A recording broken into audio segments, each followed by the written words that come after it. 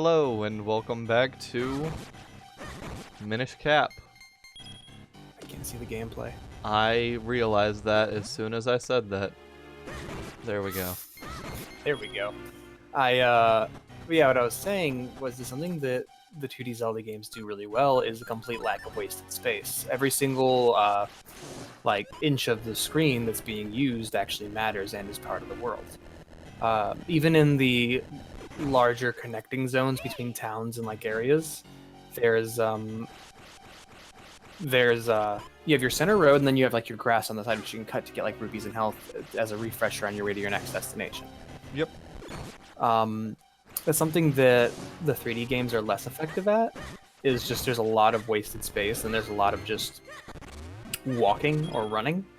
Anyone who's tried to beat Ocarina without getting the horse knows that for certain. It's just a lot of rolling. Yeah. Until you get the horse. And Majora's Mask, it was much tighter as well, which is what was good about that game. Not to mention you had the bunny hood as a stopgap before the horse to hold you over. So basically we're climbing up Mount Crenel some more. Makes it funny how Wind Waker is one of my favorites, because Wind Waker has that problem probably the worst out of any Zelda game. Yeah. There is so much wasted area in Wind Waker. However, I am a sucker for that game's music, so I will just sit and listen to it as I sail for hours. Music and art style. Both are really good. Yep. Also, I forgot which way to point my shield there and got shot in the ass. Breath of the Wild's also really good about that. That I need to finish. Yep. You always have something to look at in the background while you're riding. There's always something to look at and think about while you're doing it. Yep. Not to mention there is a full fast travel system for those who want to use it. I personally prefer to actually go everywhere myself. I just enjoy having time to think and think about what the world could possibly be and brainstorm and headcanon things. Yeah. That's what I really enjoy about that game. That's why I enjoy Shadow of the Colossus a lot too, because there's a lot of free time just to kind of headcanon. And that's another game I've never played. Oh, really? Yeah. It's a really good boss rush. Once you nail down how to use the sword to find your next destination, the game. Because I remember that was your issue when we played the demo, is you couldn't find out where to go because you didn't quite understand how the sword worked. That, and I was a shitty child, so that too. That probably didn't help either.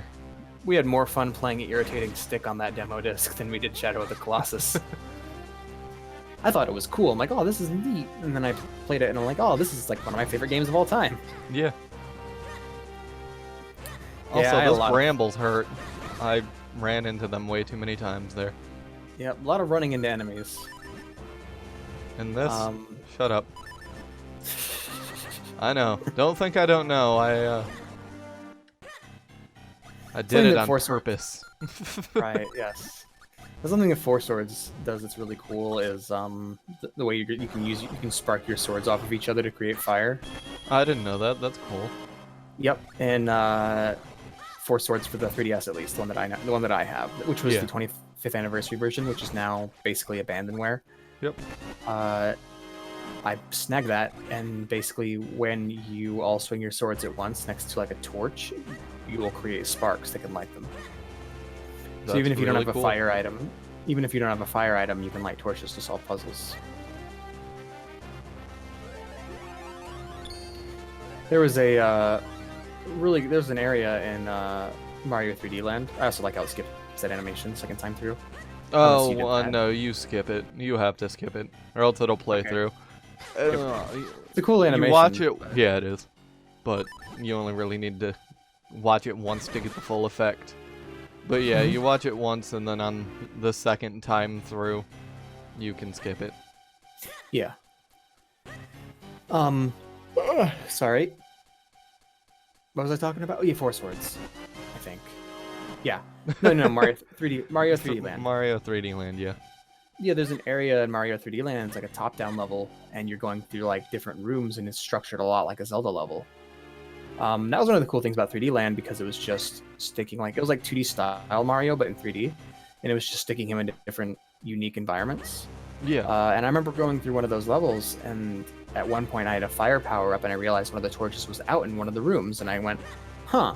So I lit up the torch, and a little da-da-da-da-da happened, and it dropped the life for me. It was really That's cool. amazing. Mm-hmm. I need to play through those.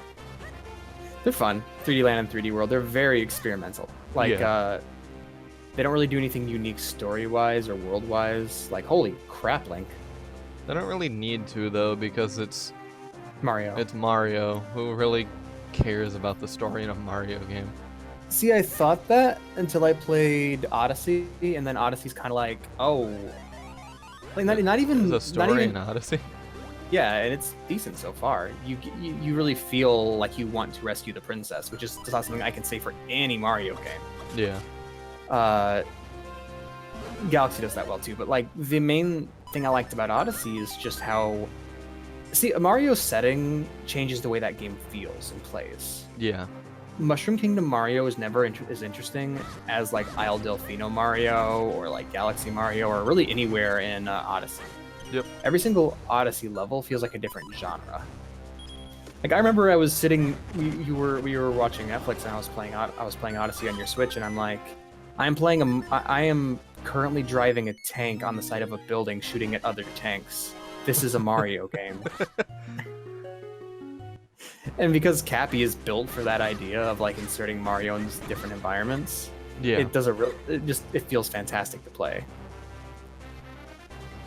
I need to get that back. I want that to Tyler. Yeah. So I one do of my need to favorite play through that at some point. Mm-hmm.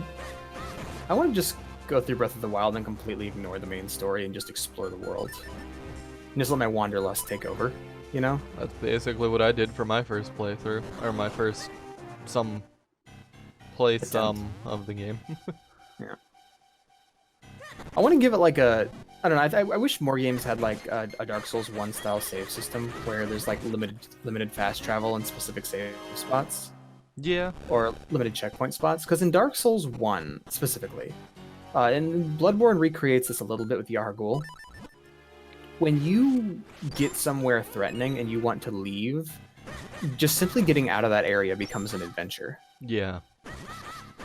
That's why Yargul is so terrifying the first time through and so satisfying, even if you don't beat Dark Beast Paul. If you don't beat Dark Beast Parl. Even Because the the second time through that place is still freaking terrifying. Yeah, but like the very act of escaping feels like a victory in and of itself. Yep. And that was something that Dark Souls 1 did really well, where like you'd get lost in Blight Town and you're like, oh my goodness, how do I get out of here? And just the feeling of relief you have when you finally escape and realize that you have access to the rest of the game is really satisfying. I think I missed out because I don't think I had that feeling in Dark Souls 1. Because you went into Dark Souls 1 after you played Bloodborne. That wasn't your first. Yeah, So- that is true. Also, you were using my busted, overpowered poise build that I use. Yeah, So, fair enough. yep. That was a build that I had to like trial and error back on the 360, and then when I got my PC up and running, I restarted my playthrough and basically breezed through the entire first half of that game up to Enrolando. I got hit way too many times there. I don't think that's ever been a thing in Zelda, though. It's just the thing that I like about games, and I like it when games do that. The idea of just isolation and like feeling like you're in over your head, and the only reason you're there is because you put yourself there. So Like, from that, Resident Evil 1 does a really good job of that because of your limited save system. yeah. So from like- that Deku scrub, we got the grip ring, and it lets us climb up these textured Oh, walls. That's cool. I like that. That's That- another 3D thing.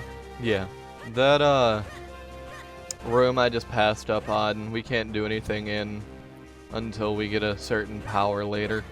And for a split second I got confused on where to go, but then I remembered, so. I was just thinking about something. We're at a point where Link is finally allowed to jump. Like specifically 3D Link. Yeah, I think you need to move those bricks. you're correct. I realized that after I did that. Yep. Thanks. What a cool idea. And I love Zelda puzzles. Especially in the, I really prefer the puzzling in the 2D Zelda games. Why you don't like that extra axis to work with? I don't mind that. It's just slower. That's literally it. You know what? Yeah, you're right. Because if it moved as fast as 2D Zelda, it would look bad. Yeah. It's not the game's fault, nor is it anything bad about it. It's just I think the puzzles in this are way snappier. Yep. Which is why I really love Breath of the Wild's puzzles and how simple they are. They give you a basic set of tools, and then they make the puzzles more complex around those tools throughout the game. Yep. And there are some BS ones like the gyro puzzle at what is it? Hateno Village, where you have to there is a temple at Hateno Village where you have to use the gyro on Is the it the stupid frickin' maze thing? Yup, you have to Where you navigate have a ball to tilt through the maze and try to flip it. You don't have to. Flipping it's just an option, and that's the one I always use, where I just ping pong it into the goal Yeah. with the back half of the maze, and it's cool, you know, but it doesn't control as well as the rest of the temples. No, that was when I started losing my patience with those puzzles, because I was like, wow, this is rough. But I figured it out and got it, so it doesn't matter. Yeah, and it is kind of sad that for me to really enjoy the dungeon or the puzzle rooms in 3D Zelda as much as 2D Zelda, they had to basically put the puzzles in a blank room with nothing else. Yeah. Like, that's really what it is. It's just a very simple room. It kind of feels almost like Portal, you know, where you're isolated in this room. There's nothing outside of it that can affect it. Also, yeah. I decided to make a pit stop back at the Great Fairy to recharge my health. Also, we got a bomb upgrade, but Alex was talking, so I didn't want to interrupt him. So how do you like the... no, it's cool. How do you like the Great Fairy sprite? How does that look for you? That is the best Great Fairy I've seen since Wind Waker. Yeah? I think the Wind Waker Fairy is still the best, in my opinion. I just like her a lot. Of course, you like the lollies. Oh, boy. No, I just really like the art style. Not the Queen Great Fairy. Yes. I like the spiral on their dresses. That's really nice in Wind Waker. Mm-hmm. Yeah, I also want to point out, like, I don't hate 3D Zelda puzzles. I actually really like them. It doesn't hook me the way like A Link Between Worlds does, where I will just play that game for hours and hours and hours and hours, just exploring the world and solving puzzles. Yes. Like, that entire game feels like a puzzle box. There's constantly new things to find and unlock and discover. That's what I really like about that game. That's what I like about Breath of the Wild as well. It's kind of what Zelda 1 was all about. That's also why Link to the Past is also great, because that's the same way as A Link Between Worlds. There's always something out to discover and find and solve. I just hit my mic with my cup. Whoops. That's gonna sound great. No, I did. Dungeons are... Oh. The dungeons are interesting to me in Zelda games, specifically 2D Zelda games, because they feel like boss fights / tutorials for the puzzle mechanics and for the items. Yeah. Which are meant to be used in the overworld to discover new things to upgrade Link. Yep. Wow, this is awesome. Yes, it is. I like that they use the weather as a weapon against you as a Minish. Makes a lot of sense. Also, how do you like the official art next to the video to get rid of that black space? How does that look? Looks very nice. Awesome. Better than having a bunch of negative space in there. Absolutely. I agree 100%. But yeah, I got a simple ball rolling puzzle. It's not that hard.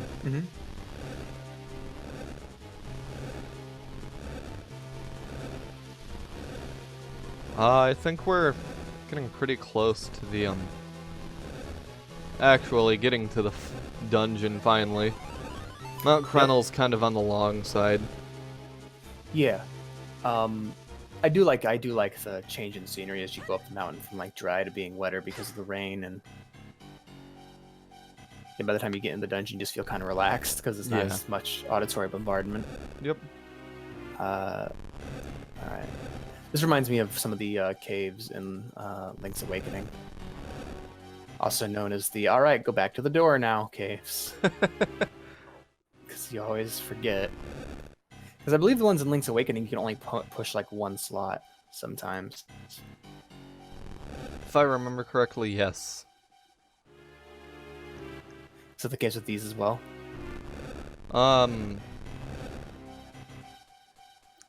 It depends on the block. Sometimes you can, sometimes you can't. Okay. It's just the programming, really. It's whatever the developer wants you to do. Okay, so that giant propeller thing in Ocarina, like right outside the Deku Village, have you ever fought that thing and actually tried beating it? You mean the P-hat? Yeah. Yeah. Okay, is it like difficult? I remember it being I think 17 hits from the normal sword. Oh, okay. Because Also, like I remember there's being jars there I forgot about. But yeah, I don't remember the actual hit count. It might be like 17, I think. But Yep. I know it's not that hard. I love how red he turns by the time he pulls all the way back.